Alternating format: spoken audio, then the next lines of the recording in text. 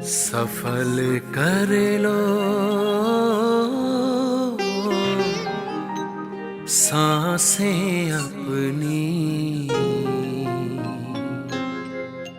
सफल कर लो सांसें अपनी, परम पिता को याद कर। सफल कर लो सांसें अपनी, परम पिता को याद कर।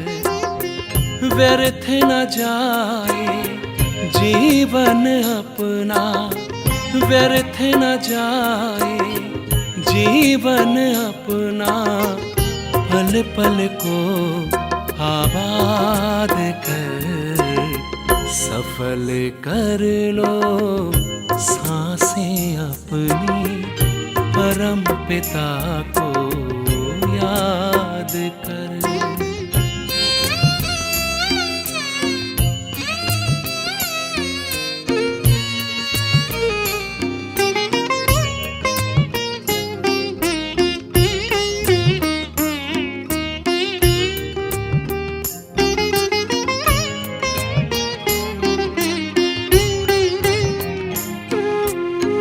आए कहाँ से क्यों है आए, सोचो क्या ले जाना है।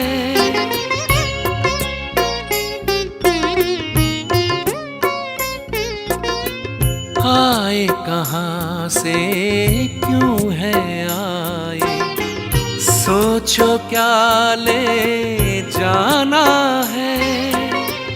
जैसी करनी वैसी भरनी, कभी नहीं भुलाना है। शुभ संकल्पों की, शुभ संकल्पों की करो रचना, विश्व का कल्याण कर। व्यर्थ न जाए जीवन अपना, पल पल को आबाद कर। सफल कर लो सांसें अपनी, परम पिता को याद कर।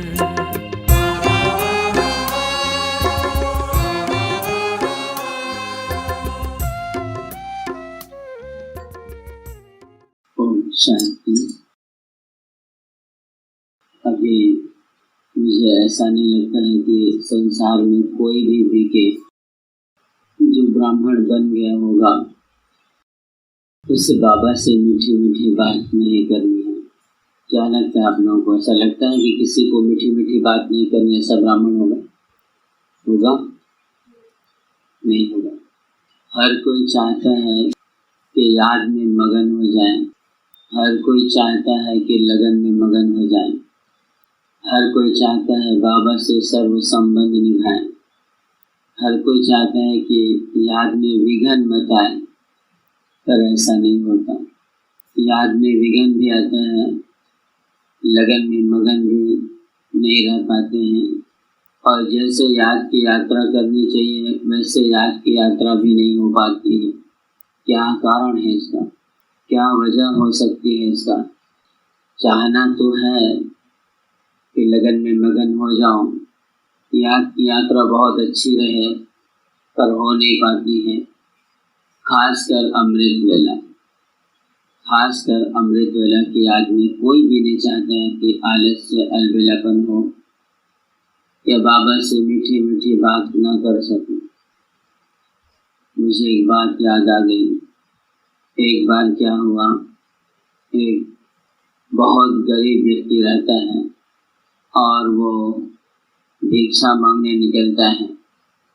भिक्षा मांगते मांगते मांगते सारी जगह जाता है तो कहता है मैं बहुत गरीब आदमी हूँ, मैं इतना फकीर हूँ कि मेरे घर में खाने को नहीं है, मेरी गरीबी कभी आज तक दूर नहीं हुई, मुझसे ज़्यादा गरीब इस संसार में कोई नहीं होगा। बस यही हर कोई को बताता है। पर उस दिन वो भिक्षा मांगते मांगते एक सन्यासी के आश्रम में पहुंच गया। सन्यासी को भी यही बात उन्होंने कहा कि मैं ऐसा हूँ, मैं वैसा हूँ, मेरी गरीबी कभी दूर नहीं हुई। सन्यासी ने उसे एक पारस दिया और पारस दे के कहा, इस पारस को लोहे में टच करा देना, वो हीरा बन जाएगा, वो सोना बन जाएगा और तुम्हारी गरीबी हमेशा के लिए दूर हो जाएगी। पर जो गरीब व्यक्ति होता है वो दिन रात रोना तो रोता है कि मैं गरीब हूँ, परंतु वो आलसी था, अलबेलापन उसके अंदर था। पारस मिलने के बाद भी उस सन्यासी ने उसे 6 महीने के टाइम दिया। 6 महीने के बाद मैं आके इसको ले जाऊंगा, आप ले जाओ इस पारस को और जितना लोहा है सबको सोना कर देना, सबको पारस बना देंगे, पारस पत्थर। परंतु संस्कार में आलस्य और अलबेलापन का संस्कार था। 6 महीना बहुत टाइम होता है, क्या करूँगा इतना दिन पहले, क्या करूँगा इतना दिन पहले सबको सोना बना कर। 2 महीना ऐसे ही गुजार दिया कि भी बहुत समय है। 2 महीने गुजारने के बाद फिर वो दुकान मार्केट गया और मार्केट जाके पता किया तो लोहे की कीमत चौथी आसमान पे, लोहा बहुत महंगा था। सब दुकानों में गया, सब जगह जाके पता किया तो लोहा कहीं भी सस्ता नहीं था।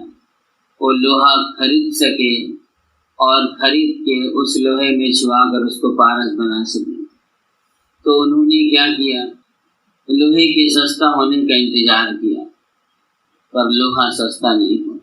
एक दिन पूरा 6 महीना पूरा हो गया। सन्यासी अपने वायदे अनुसार आया और आके कहा, कहाँ है वो पारस पत्थर, आज आपकी 6 महीने का टाइम पूरा हो गया। तो 6 महीने का टाइम पूरा होने पे वापस लेने जब वो आए तब उस गरीब व्यक्ति ने कहा, अपनी सारी समस्याओं को बताया कि 2 महीना मैंने ऐसे आलस से अलबेलापन में गुजार दिया। फिर जब मैं 2 महीने बाद मार्केट गया तो लोहे की भाव बहुत ज़्यादा था, लोहे नहीं खरीद सका मैं। आज मेरे पास इस पारस पत्थर होने के बाद भी कोई सोना नहीं। तो कहा, इसकी आखिरी डेट है, कुछ घर में कुछ छोटा मोटा कुछ होगा तो बताओ, थोड़ा बहुत कुछ होगा उसको पारस बना लो। तो उन्होंने, उस गरीब ने अपनी पूरी कुटिया तराशा और सारी कुटिया तराशने के बाद एक लोहे का सुई मिला। तो सन्यासी के हाथ में पारस चला गया था और सन्यासी पारस पत्थर उस लोहे के सुई में रखा और वो सोना बन गए और वो सुई के मुआफिक सोना लेकर रख उतने ही बस उसको प्राप्त हुआ, बाकी वो पारस लेकर चला गया। 6 महीने के टाइम के बाद भी वो कुछ नहीं कर सका और केवल एक पुरानी सुई जो उसके पास रखी थी उतना ही बस पारस हो चुका। ऐसे ही भगवान जब हमसे मिलने आते हैं तो उनका टाइम रहता है 4 से 5 के बीच। जैसे ही टाइम समाप्त हुआ वो समय साधारण हो जाता है और साधारण होने के बाद अगर आप चाह के भी कुछ करना चाहेंगे, शक्तियाँ खजाना लेना चाहेंगे तो नहीं ले सकेंगे। वो भक्तों का समय हो जाता है, वो याद का समय नहीं, वो याद से फरियाद का समय हो जाता है।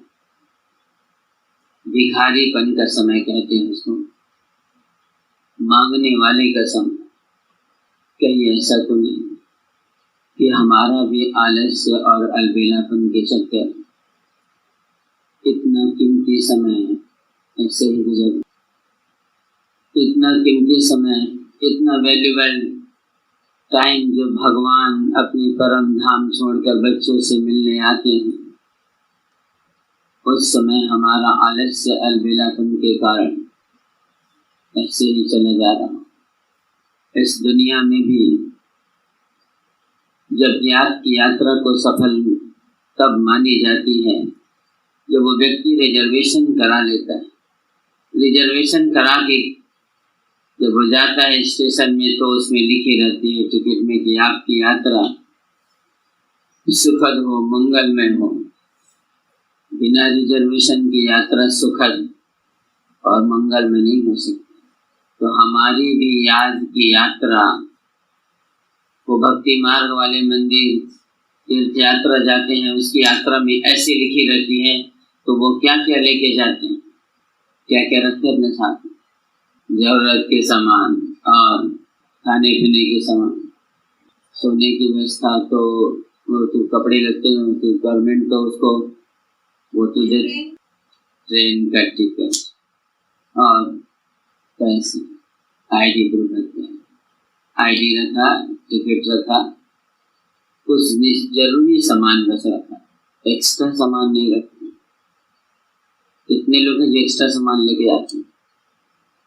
कोई जाते कहेंगे ज़्यादा समय या ज़्यादा बोझ लेके नहीं जाऊंगा, अगर जाऊंगा बहुत एक्स्ट्रा, जरूरत की चीज़ को याद करता है, अपनी ब्रश भी जितना उसको जरूरत है वो सामान बस रखता है।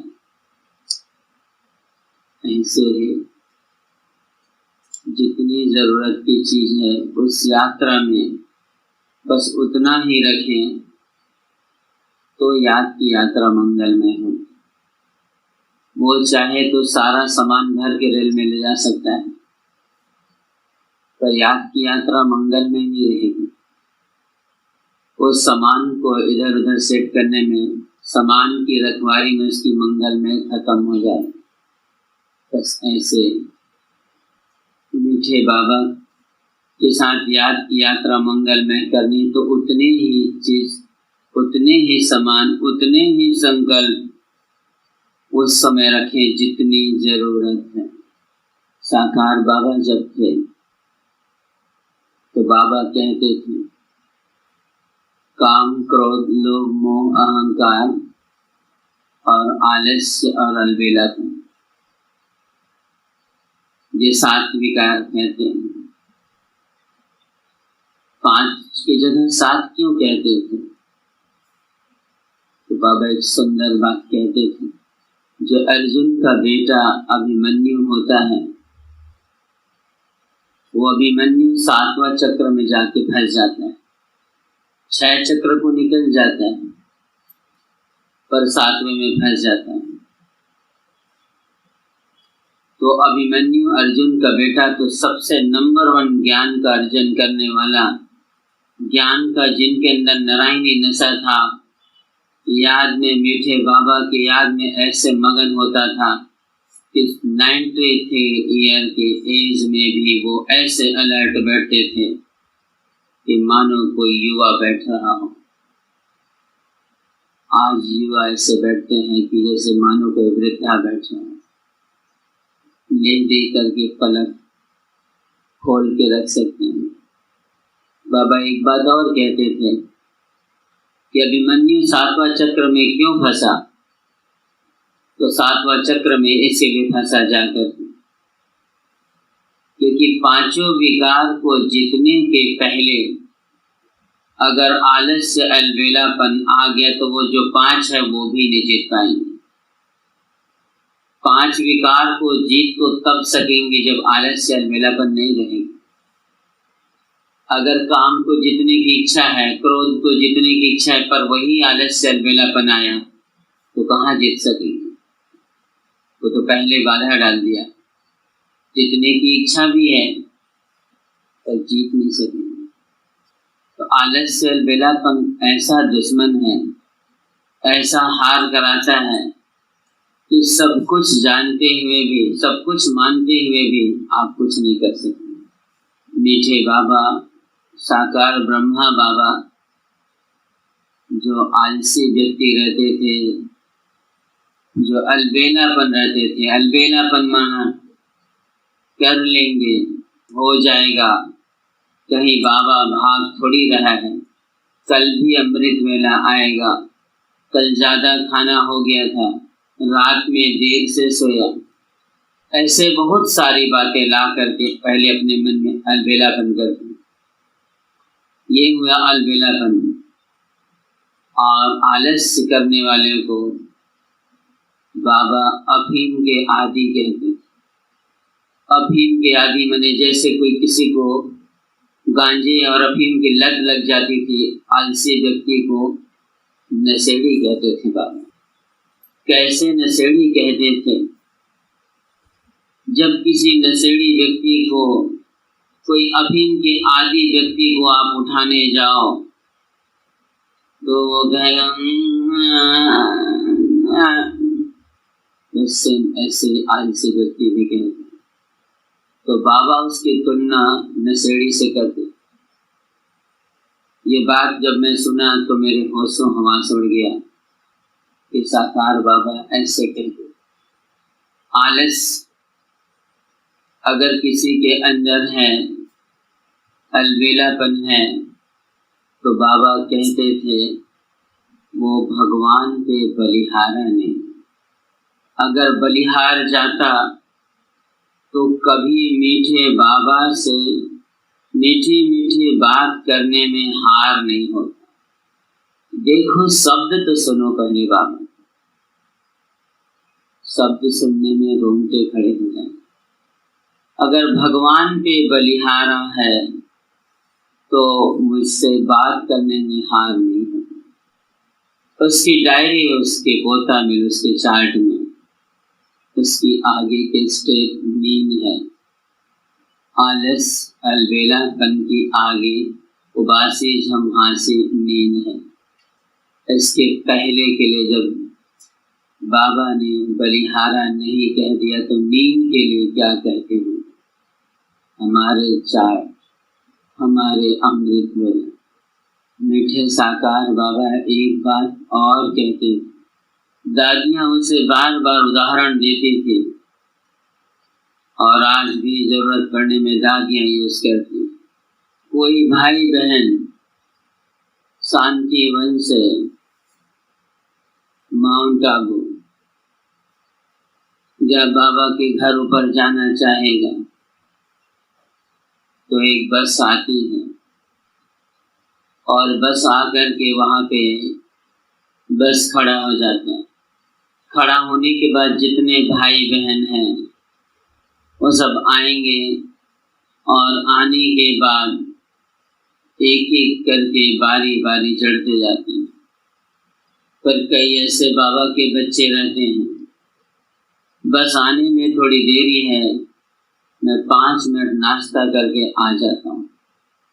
जब वो 5 मिनट नाश्ता करने जाते हैं और सबको पता है कि ये इतने लोग यहाँ से जा रहे हैं, ऊपर पांडा भवन बाबा के घर, यहाँ से इतने की पर्ची कटी है पर ये 2-3 नहीं दिख रहे हैं। तो जो आलसी व्यक्ति रहता है वो जाके आराम से नाश्ता करते रहेगा, भोजन करते रहेगा, पर वो बस तब तक खड़ी रहेगी। जब तक वो आएंगे नहीं तब तक वो बस जाएगी नहीं, क्योंकि वहाँ बाबा के घर से निश्चित संख्या में बस वहाँ बनती है और वहाँ से ऊपर जाती है, बाहर वाली बस नहीं है। बस इसी तरह आलसी और अलबेलापन व्यक्ति के कारण स्वर्ग के द्वार खुलने वाले रहते हैं, पर उसके कारण बाबा इंतजार किए हुए खड़े हैं। जैसे वो बस खड़ी है वैसे मीठे बाबा खड़े हैं।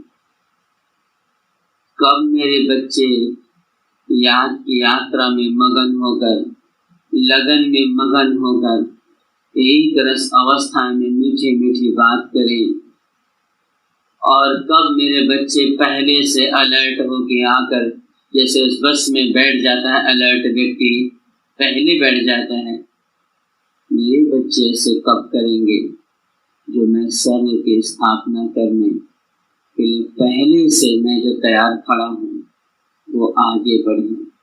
पर परिवार है ना, परिवार है, प्यार है बच्चों से, बस आगे नहीं बढ़ती है।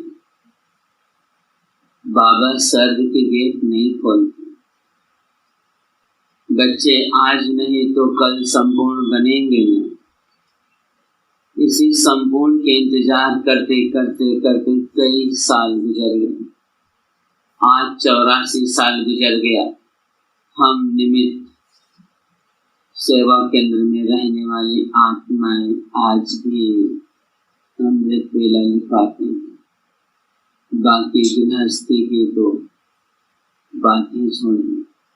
बाबा कहते थे साकार बाबा, आखिर इतनी चाहना, इतनी इच्छा है कि मैं बाबा से मीठी मीठी बात करूं, मैं भी हवा में उड़ूं, पर क्यों नहीं कर पाया। तो बाबा उसमें कहते थे कारण ये है, आलस्य अलबेलापन का कारण ये है, जीवन में उमंग उत्साह की कमी।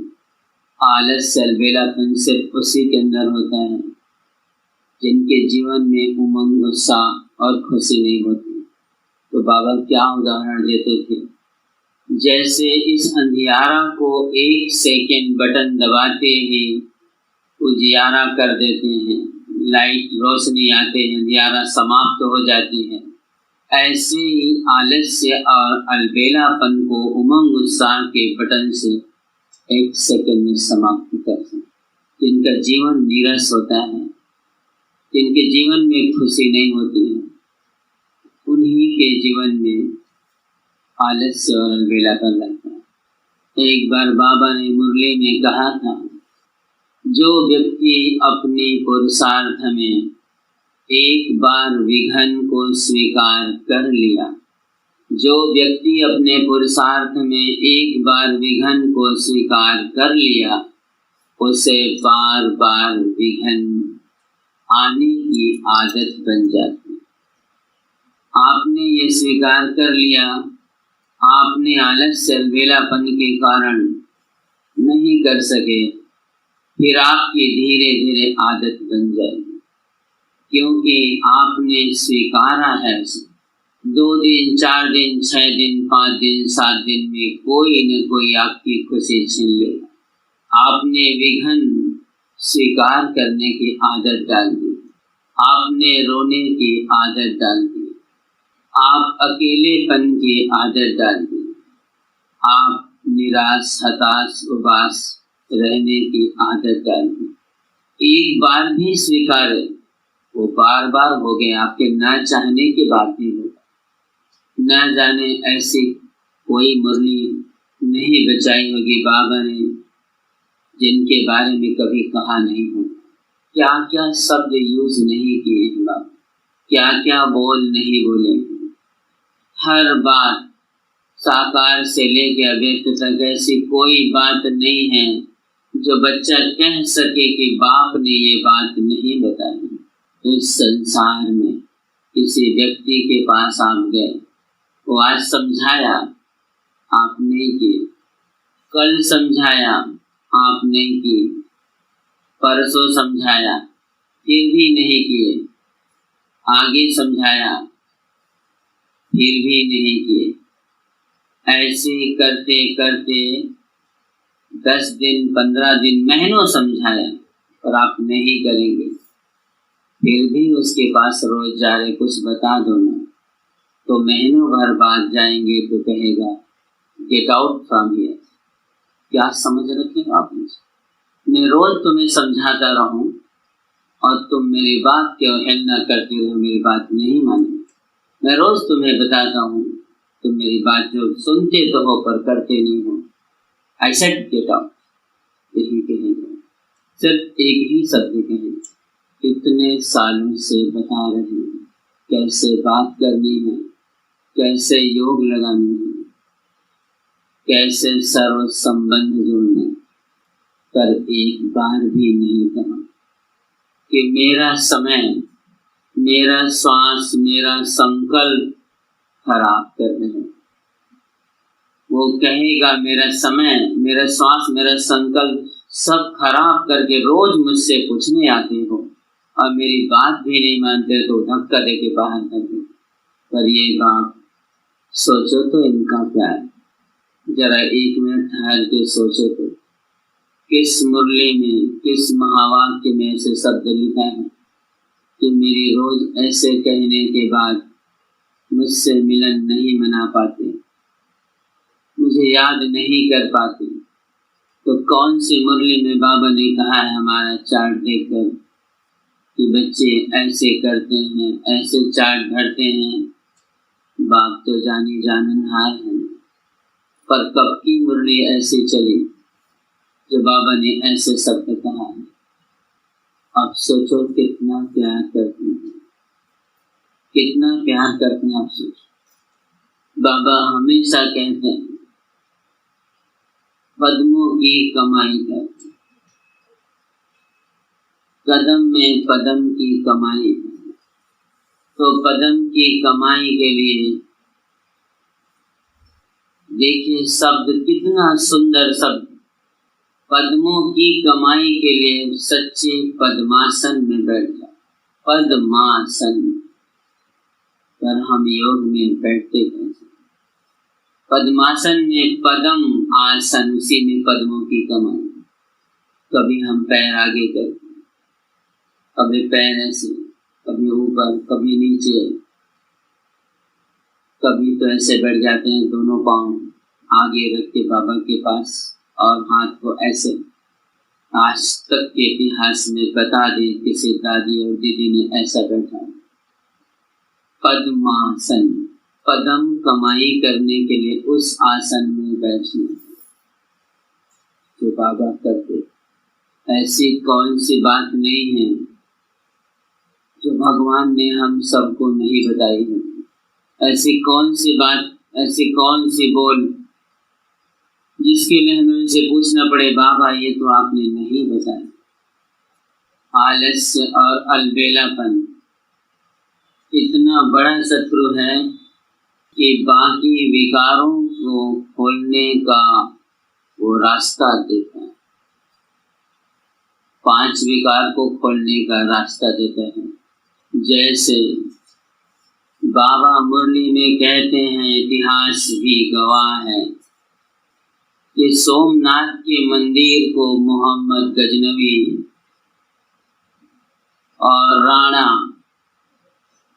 और आदि मुगल साम्राज्यों ने लूटा है, मुसलमानों ने राज्य किया है। बस इतना ही हम सब सुने हैं कि मोहम्मद गजनवी ने सब सोना हीरा ऊंट में भर भर कर ले गया। पर आज एक वंडरफुल बात, उस मोहम्मद गजनवी को मंदिर के अंदर घुसने के लिए एक ब्राह्मण ने अंदर से दरवाजा खोला। जब ब्राह्मण अंदर से दरवाजा खोला तब वो हमला और आक्रमण किया। उन्होंने रास्ता दिया, मिलजुल कर मोहम्मद गजनवी से, उस राणा से, उस मुगलों से, उस मुसलमानों से कि देश में हमला करने के लिए उसे थोड़ा सा रास्ता दिया। सारी देश की सोना हीरा मोती सब लूट के भाग गया। आलस्य अलबेलापन 5 विकार को रास्ता देता है। अगर आलसी व्यक्ति है, अलर्ट नहीं है, वो 5 विकार को रास्ता दे रहा, आओ आओ। कितना दिन चला सकेगा, कितना दिन चल सकेगा? साकार बाबा कहते हैं उस बच्चे को जो इस तरह के करते हैं, आलस्य और अलबेलापन में रहते हैं, वो बच्चा साधना के जीवन से साधारण जीवन जाने में देरी नहीं लगी। जिस बच्चे के अंदर आलस्य अलबेलापन का संस्कार है, साधना के जीवन से साधारण जीवन जीने में समय नहीं लगेगा।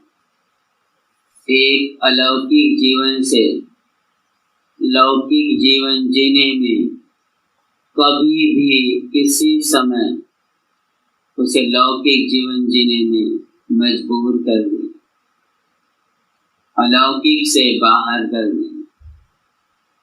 इतना बड़ा दुश्मन मानते थे, क्योंकि बाबा ऐसे थे, उस उम्र में भी ऐसे बैठते थे,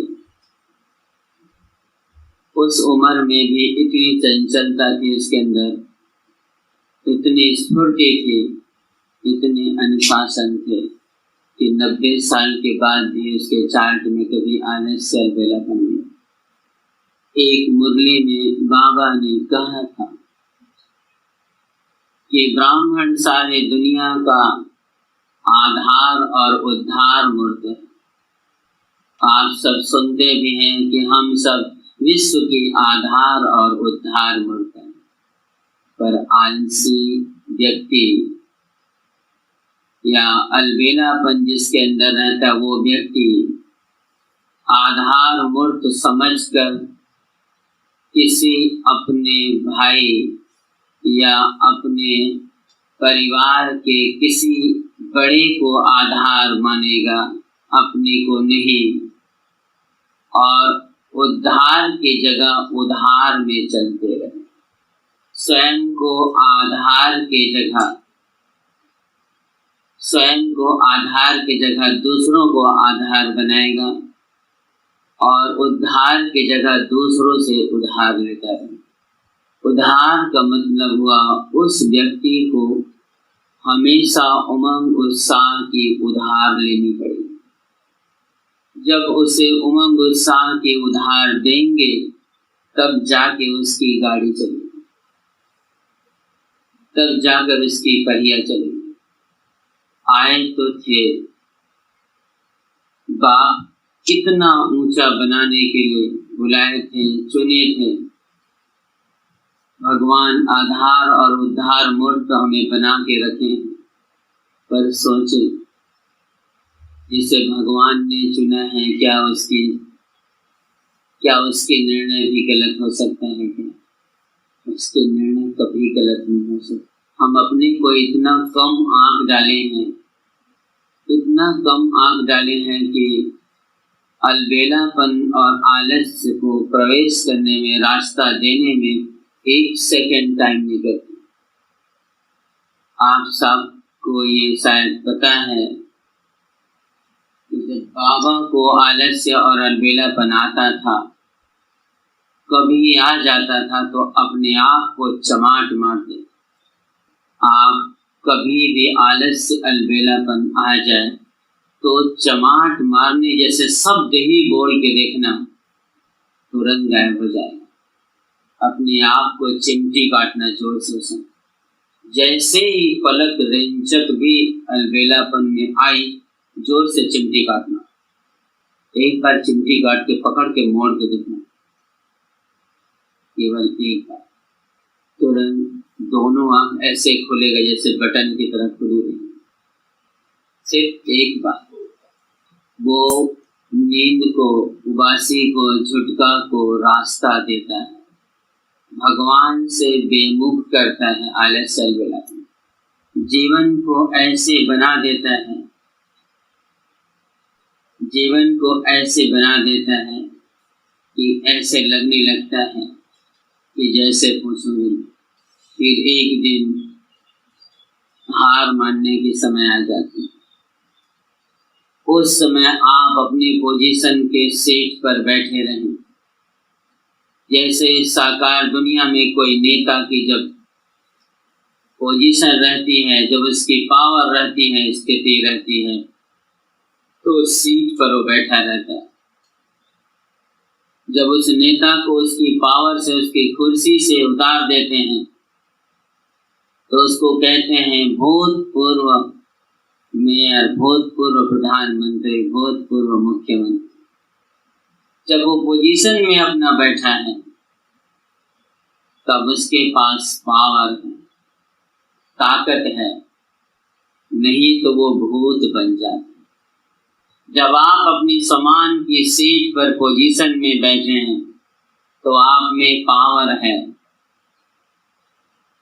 आप में शक्ति है, तब आप बाबा से मीठी मीठी बात कर सकते हैं, नहीं तो वो 5 विकार रूपी भूतपूर्व बना दें, आक्रमण करके भूतपूर्व बना दें। एक मुरली में बाबा ने कहा था, अगर आलस्य और अलबेलापन के लकीर से, आलस्य अलबेलापन की लकीर से थोड़ा सा बाहर निकला, आलस्य अलबेलापन रूपी लकीर से थोड़ा सा बाहर निकला तो आपको फकीर बना दे और याद की जगह फरियाद करने लग जाए। अगर थोड़ी थोड़ी देर में आलस्य अलबेलापन के कारण मन सेकंड सेकंड में बदलता है, संकल्प चेंज हो करके अलग अलग चलता है, तो भी अवस्था एक रस नहीं रहेगी। एक से लगन, एक से मिलन मनाने के लिए अवस्था सदैव एक रस रखनी है। उस समय जैसे अभी बताया कि जब हम यात्रा करते हैं तो एक्स्ट्रा सामान नहीं लेके चलते, ऐसे जब याद की यात्रा में बैठे तो एक सेकंड भी, एक संकल्प भी एक्स्ट्रा संकल्प ना करें। अगर एक्स्ट्रा संकल्प करते हैं, एक्स्ट्रा सामान लेके चलते हैं, तो यात्रा मंगलमय नहीं होगी, यात्रा सुखद नहीं होगी। यात्रा में बार बार विघ्न आने लगेगा और आपको यात्रा में मजा नहीं आएगा। वैसे ही याद की यात्रा में भी अपने आप को आत्मा समझकर बाबा की याद, बाबा ने जो सामान दिया है उस सीट में बैठकर सुखद यात्रा करनी है, तो यात्रा मंगलमय होगी और विघ्न भी नहीं आएगा। ये कुछ आलस्य अलबेलापन के बारे में मीठे बाबा के कुछ बोल हैं, जो साकार बाबा के कुछ अनुभव हैं, जो बाबा ने पहले से हम सब बच्चों को बता के रखे। इसीलिए आज से इस आलस्य अलबेलापन रूपी दुश्मन को तलाक दे, दोबारा आपके जीवन में ये वापिस ना आए। अच्छा, ओम शांति।